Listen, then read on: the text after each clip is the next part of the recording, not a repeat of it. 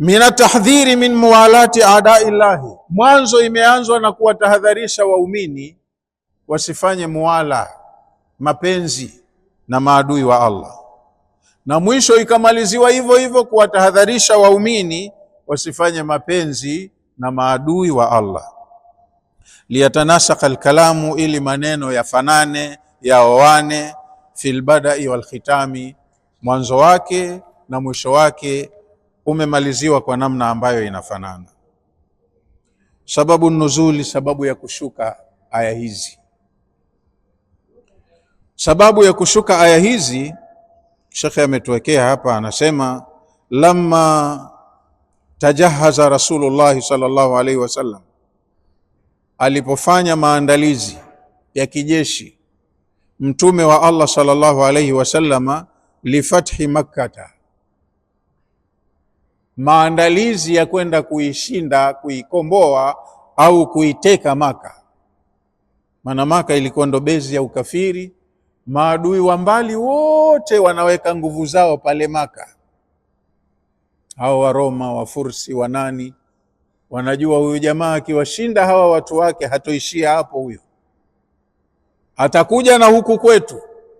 Kwa hiyo walikuwa watu wa Maka wanapata support ya makafiri wengine wa mbali wenye nguvu, ili wamdhibiti mtume mapema. Fikra yake hii anayoihubiri, makafiri wote walikuwa wanaiona ubaya wake. Kwa hiyo mtume sallallahu alaihi wasallam, Maka imemsumbua kwa muda wa miaka 13. Kwa hiyo alipopata fursa Madina, aliplani kwenda kuipiga Maka, ili uongozi au utawala wa pale Maka uwe chini yake. Kwa hiyo alifanya maandalizi ya kijeshi, aivamie Maka kijeshi.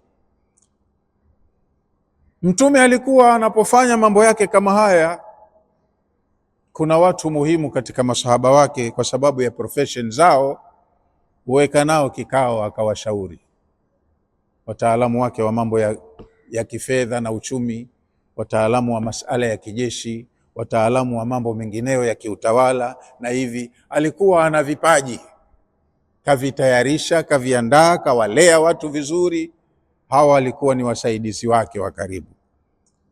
Kwa hiyo kuna watu walikuwa wanashiriki kwenye shura, wanasikia kinachopangwa. Lakini ndo unajua tabia ya binadamu, kwenye wengi pana mengi, na kila mmoja katika washiriki huwa akili yake inamtuma kivyake. Kuna mmoja katika watu ambao wamesikia mpango wa mtume sallallahu alaihi wasallama, kataba Hatib ibn Abi Baltaat. Hatib ibn Abi Baltaat ameandika barua, yeye kapata picha kamili nini mtume anataka afanye. Kaandaa jeshi kubwa, silaha za kutosha, na mwenyewe alikuwa anawaambia watu wake, jama, hili jambo lisije likavuja, tunataka tuishtukizie tu Maka, tuingie pale, kwa kuzingatia pia ni amani na usalama wa watu. Maana mtume alikuwa hataki imwagike damu. Nguvu kubwa kweli kaandaa, lakini alitaka aitulize Maka na pawe na amani, kama shari waitake wenyewe tu.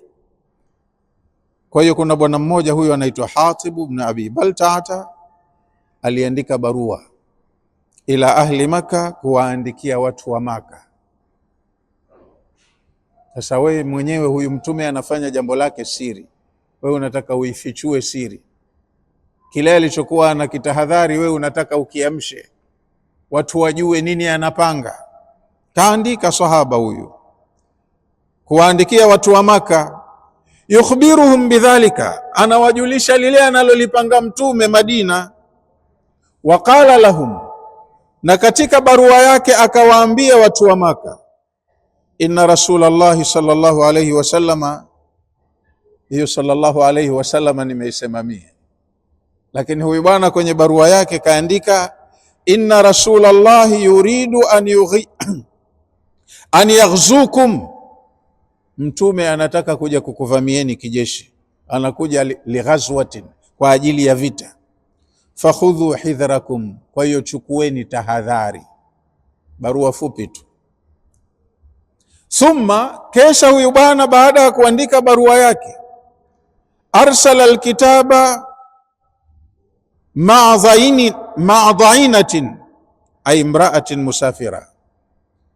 Barua ile akampa mwanamke mmoja ambaye huyu mwanamke alikuwa ni msafiri, kajua fulani ataondoka Madina kwenda Maka, akamwita kwa siri na yeye akampa barua hiyo kwa siri, na akampa angalizo, tafadhali isije ikajulikana kama nimekupa hii barua, fanya siri yako, ikivuja hii ushaniweka pabaya, niko hatarini. Kwa hiyo mwanamke msafiri kaichukua barua, na yeye kwa kuchukua tahadhari akaiweka kwenye nywele zake, kasuka. Si unajua kusuka?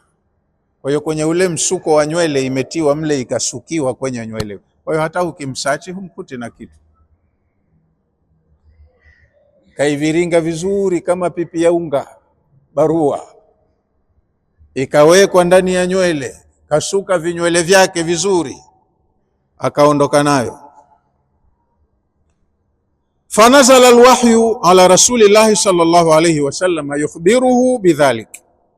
Aya hizi ndo zikashuka wahi, ukashuka wahi kutoka mbinguni, akajulishwa mtume kwamba siri yako hiyo ishavujishwa, na imevujishwa kimtindo. Taarifa inaenda Maka, kapewa mwanamke fulani, keshaondoka anaelekea Maka, na mwenyewe kila akilala mtume usiku kabla hajapata usingizi anamuomba Allah, hili jambo nijitahidi ulifanye liwe siri, isije ikafichuka siri yangu hii. Anaomba kwa Allah. Kwa hiyo Allah akamjulisha, hiyo siri yako sasa hivi naona muda si mrefu itafichuka. Picha nzima ile mtume akapewa. Fabaatha Rasulullah sallallahu alayhi wasallam Aliyan wa Zubaira wal Miqdada. Mtume akateua makamanda wake watata sana, wapiganaji wazuri tu. Mtume akamtuma Ali ibn Abi Talib, Zubair ibn al-Awwam na Miqdad. Akawapa ile picha, akawaambia mfuatilieni mwanamke huyu, mkamateni na mumrejeshe hapa Madina. Majasusi ni jambo muhimu sana, wapelelezi ni kitu muhimu sana. Hata mtume naye alikuwa anao watu wake, wanapita pita huko kuangalia watu wanapanga nini dhidi yetu, wanamsemaje mtume wa Allah, wamekusudia mwaka huu kufanya jambo gani na gani. Taarifa zikipatikana, zikiletwa, mtume ndo anajipanga. Ndo utakuta alikuwa na uwezo mkubwa wa kukwepa matukio kabla hayajafanyika. Kwa hiyo watu watatu wakachukua farasi. Huyo mama yeye sijui alikuwa na kipando gani, kama ngamia kapanda au nyumbu au nini, lakini watu watatu wakatoka na farasi mbio, wakamfuata huyo mama.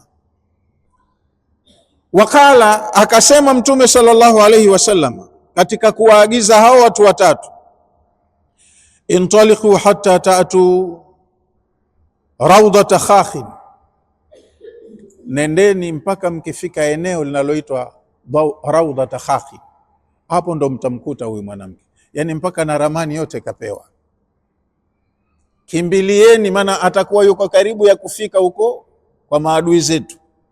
Kimbilieni mpaka mkifika eneo fulani, hapo huyu mwanamke mtamkuta.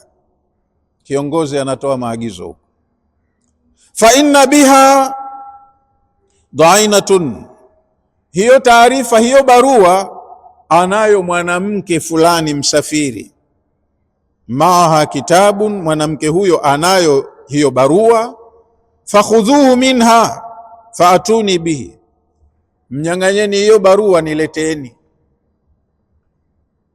Nendeni hapo Raudhata Khakhin, kuna mwanamke kapewa barua anayo, mkamateni, ichukueni barua muniletee. Mtume anatoa maagizo, yuko Madina. Msimuliaji anasema fakharajna, tukatoka. hata ataina raudhata, mpaka tukafika kwenye uwanja, kwenye bonde hilo la Khakh. Fa idha nahnu bid'ina, tahamaki, tulipofika hapo tukamkuta mwanamke mwenyewe yuko lonely peke yake.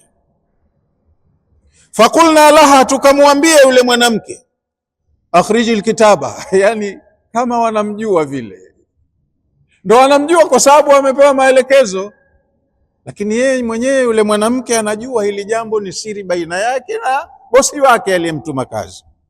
Hawa watu wamemfika wakamvaa tu, hakuna cha salamu aleikum hapo Watu wamekuja kikazi, ukizingua inakula kwako, wanasema watu. Walipomfika tu wakamwambia akhriji alkitaba, tupe barua haraka sana, tupe barua. Faqalat, akatia nyodo yule bibi akasema, ma ma'i min kitabin, mimi sina barua yoyote. Barua gani? Mliniona nikapewa barua? Mimi nina barua wapi na wapi? Ana hakika kwa alipoiweka haionekani ng'o. Kwa hiyo akajibu kwa kujiamini kabisa, ma ma'i min kitabin, mimi sina barua yoyote. Fakulna laha, tukamwambia, watu watatu hao, tukamwambia la tukhrijanna alkitaba, wallahi barua utaitoa, au lanulqiyanna thiyaba, au tutakusaula nguo moja moja. Kwa hili hatuna utani, yani hapa utavunjiwa heshima. Kwa elimu ustazi si, lakini kwa hili hapa leo utaijua. Tupe barua au tutakuvua nguo. Fa akhrajathu min aqasiha, mwenyewe yule mwanamke akaitoa barua ile kwa kufumua nywele zake, katoa kwenye mshono mmoja ule msuko mmoja wa nywele, akaitoa barua akawapa hawa mabwana. Fa ataina bihi nabiy sallallahu alayhi wasallama, barua tukaichukua tukamletea mtume sallallahu alayhi wasallam. Fa idha fihi, tahamaki kwenye ile barua tukakuta mwandishi wa hiyo barua min Hatib ibn Abi Balta. Barua hii inatoka kwangu Hatib ibn Abi Balta, ila unasim min almushrikina, inaenda kwa watu fulani washirikina, bimakka, walioko Maka. Yukhbiruhum, Hatib anawajulisha watu wa Maka washirikina, bibadhi umuri rasulillahi sallallahu alayhi wasallam, anawajulisha baadhi ya mambo aliyopanga, aliyokusudia mtume wa Allah sallallahu alayhi wasallam. Faqala an-nabiy sallallahu alayhi wasallam, mtume sallallahu alayhi wasallam akasema, kaagizia huyo Hatib aletwe, kaletwa, akawa anamuuliza, ma hadha ya Hatib, sasa wewe Hatib nini hichi umefanya? Ndo nini hichi ulichofanya? Faqala, akasema katika kujitetea, ya Rasulullah, ewe mtume wa Allah, la taajil alayya, usinikasirikie wala usinihukumu vibaya.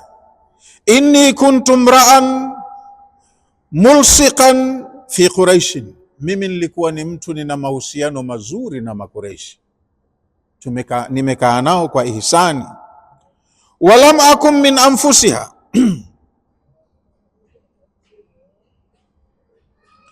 walam akun min anfasiha,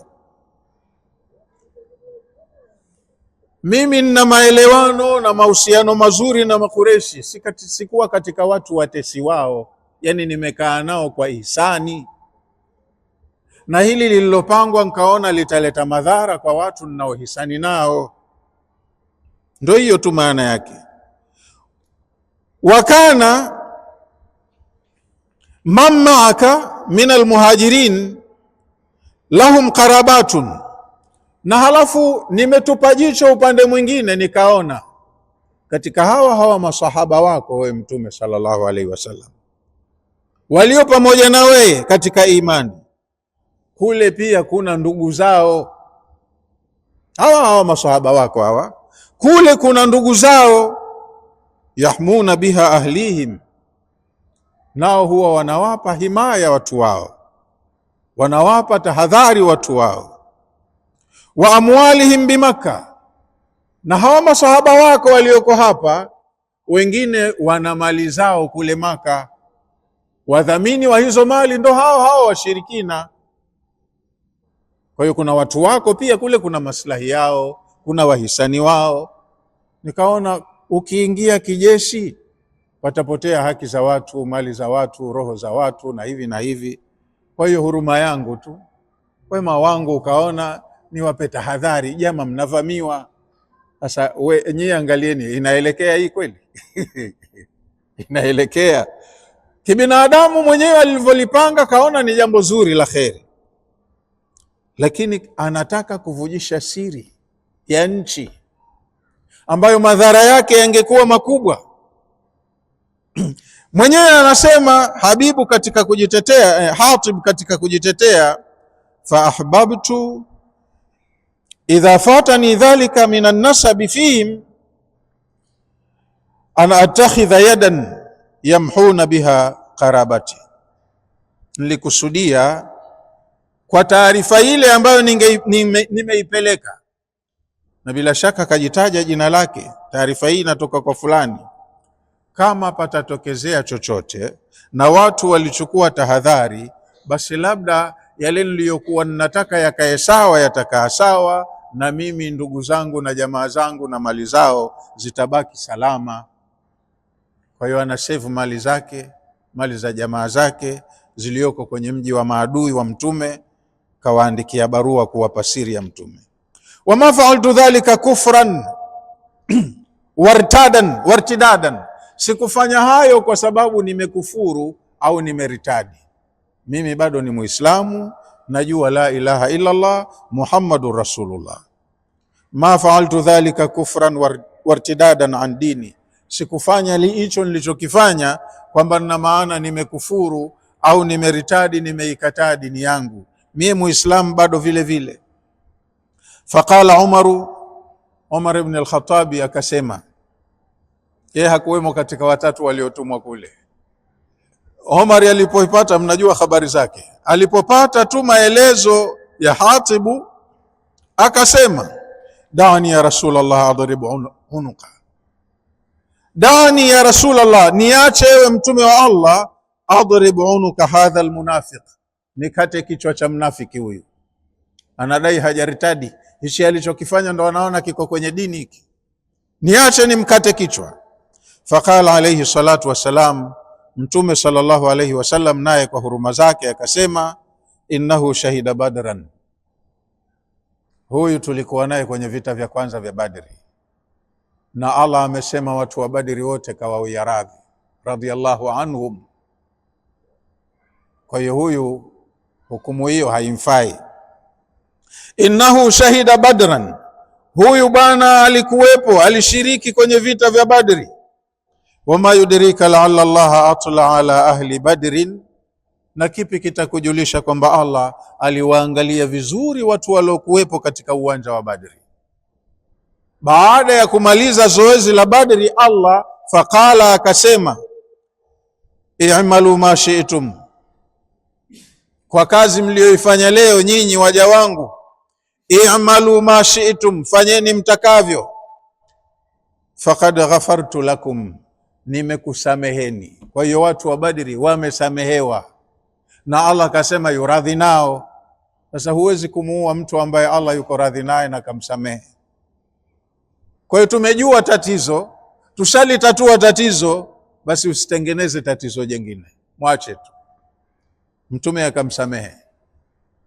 Fanazalat, ikashuka aya, na aya ziliposhuka hazikumuita yule kwenye jina la unafiki wala la ukafiri, zimemuita kwenye jina la imani. Yeye na wengine wenye tabia kama ile wakaambiwa maneno haya, ya ayyuhalladhina amanu, enyi mlioamini, la tattakhidhu aduwi wa aduwakum awliyaa, musiwafanye maadui zangu mimi, wale ni maadui wa Allah, wa aduwakum, ambao pia na nyinyi ni maadui zenu, awliyaa, msiwafanye vipenzi, msiwapende kiasi hicho. Tattakhidhu tulquna ilaihim bilmawadda, mmewakunjulia nyoyo zenu kwa mapenzi, yani mnawapenda maadui zangu na nyinyi ni maadui zenu. tulquna ilaihim bilmawadda, mmejitupa kwao kwa mapenzi, mnawapenda. Waqad kafaru bima jaakum min alhaqi, munawapenda watu ambao kile kilichowafika nyinyi katika haki wao wanakikataa. Nyinyi mmekubali la ilaha illa Allah, wale wanaikanusha la ilaha illa Allah, bado mnawapenda tu. Hamjaona tofauti iliyopo hapo kati yenu na wale jengine walilolifanya wale? Yukhrijuna rasula wa iyakum, wale watu kwenye mji wao kule Maka wamemtoa mtume, na pale ndo kwao alipozaliwa. Allah kauwapia mji, asema la uqsimu bihadha albalad wa anta hillum bihadha albalad. Mtume kaitoka Maka huku anaangalia nyuma, anapenda kwao, na akasema maneno, wewe Maka ni katika miji inayopendeza sana kwa Allah, na ni katika mji ambao mimi ninakupenda sana. Kama si watu wako Maka, mimi nisingetoka hapa. Katoka Maka mtume ananungunika, lakini watu wamemtoa mtu kwao wanapopapenda, alipozaliwa. Sasa nyinyi mnawapenda watu ambao yukhrijuna rasula, wamemtoa mtume pale, wa iyakum, na nyinyi si mko huku kwenye mji mwingine, mmetoka kwa vitimbi vya wale. Kosa lenu antu'minu billahi rabbikum, ni kumwamini Allah tu mola wenu. Sasa wewe kama umemwamini Allah, utawapendaje wanaomchukia Allah? Wale watu wale mnaowapenda wamemtoa pale mtume, wamekutoeni na nyinyi kule, mko ugenini hapa. Kosa lenu antu'minu billahi rabbikum, ni nyinyi kumwamini Allah mola wenu. Msifanye hivyo, la, msifanye hivyo. In kuntum kharajtum jihadan fi sabili wabtighaa mardati, kama ni kweli kilichokutoeni Maka kuja hapa, mmekuja kwa nia ya hijra kwa ajili ya kupigania dini yangu na kutafuta radhi zangu, wale watu maadui zangu msiwapende kiasi hicho. Nyinyi mmekuja hapa kama mmekuja kwa ajili ya kupigania dini yangu na kwa kutafuta radhi zangu, kitu kama hiki msifanye. Wanagomba watu wote wenye tabia kama hiyo kwa ujumla. Tusiruna ilaihim bilmawadda, munafanya mambo yenu kwa siri kwa sababu ya mapenzi nao. Tusiruna, mmefanya siri. Maana bwana kaandika barua yake siri mwenyewe tu peke yake, alafu akamtafuta mtu kwa siri akampa ipeleke. Mnafanya jambo siri kwa sababu ya mapenzi yenu tu na watu. Wa ana a'lamu bima akhfaytum wa ma a'lantum, mimi mola wenu ninayajua mambo mnayoyaficha na mnayoyadhihirisha. Ndio hili mwenyewe umefanya siri uliyefanya, lakini mimi najua. Ndio hiyo hapo, siri imefichuka sasa. Waman yafalhu minkum, na yoyote katika nyinyi atakayefanya kosa kama hili, faqad dalla sawaa sabil, huyo keshakosea, kaitoka njia ya sawasawa. Yoyote kati yenu atakayefanya kosa kama hili la kuwasaliti wenzake, faqad dalla sawaa sabil, huyo keshapotea kwenye njia ya sawa. Sasa sisi unajua tuna vita na wale jamaa wa upande wa pili, tunapanga mikakati yetu tukawashambulie, tupate kuwazima nguvu, tuwazidi. We unatoka huku kwenye jeshi letu unavujisha kile tulichopanga kwenda kuwafanyia. Kisa kuna wapenzi wako, kuna wahisani wako, pengine wanakurushia vocha. Unausahau adui wao kwetu, unakumbuka viji maslahi vichache baina yako na wao. Allah akaonya kwa kusema, waman yafalhu minkum, atakayefanya jambo kama hili katika nyinyi, onyo la mwisho hili, atakayefanya jambo hili miongoni mwenu, faqad dalla sawaa sabil, huyo keshaipotea njia yangu ya sawa sawa. Sasa ukiipotea njia hufiki unakokwenda. Wa kullu man akhtaa tariqa dalla. Kwa leo inshallah hatutowahi kusoma, tumepitia tu haraka haraka, tulisoma muhtasari wa sura na time haituruhusu. Tutakuja kuanza kusoma tafsiri kwenye darsa inayofuata biidhnillahi taala. Wallahu a'lamu. Wassalamu alaikum warahmatullahi wabarakatuh.